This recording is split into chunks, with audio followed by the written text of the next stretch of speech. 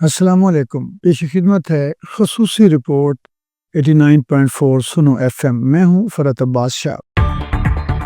عرب social media پر پاکستان کی حالیہ فوجی کارروائی اور فتح کے بعد ایک جوشیلے عربی صارف نے ایک ایسا کمنٹ لکھا جس نے لوگوں کے دلوں کو چھو لیا اور جو پورے اسلامی دنیا کے جذبات کی ترجمانی کر گیا۔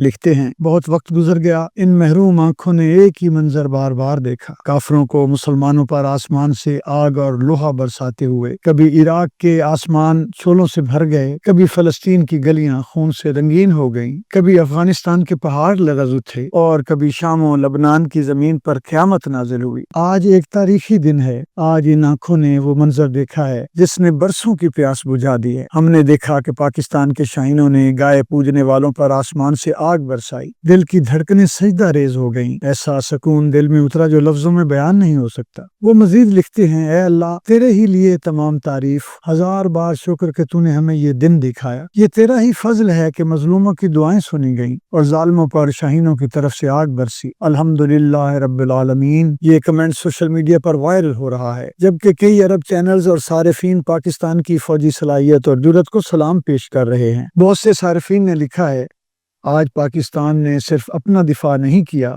بلکہ پوری امت مسلمہ کے دکھ کا بدلہ لیا ہے۔ یقیناً یہ صرف ایک کمنٹ نہیں بلکہ ایک امت کے جذبات کی گونج ہے۔ اللہ پاکستان کو مزید طاقت عطا فرمائے اور مظلوم مسلمانوں کی مدد کرے، آمین۔ پاکستان زندہ باد۔